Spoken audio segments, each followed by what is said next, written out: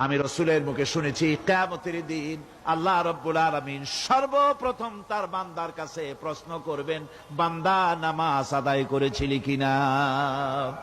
নামাজ সর্বপ্রথম প্রশ্ন। যেরকম সর্বপ্রথম প্রশ্নটা কি? নামাজ।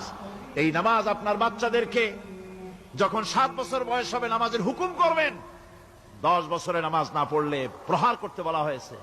নামাজের জন্য কড়াকড়ি করতে হবে। পুরুষ নারী মেয়েদের মাসের ভিতরে কখনো কখনো তাদের যে সমস্ত মাসলা মাসাইল আছে সেই অনুযায়ী কখনো তাদের ক্ষমা আছে, বাকি তাদের নামাজ পড়তে হবে। আর পুরুষের জন্য পাগল হয়ে যাওয়া, বেহুশ হয়ে যাওয়া ছাড়া নামাজ মাফ নাই, নামাজ পড়তেই হবে।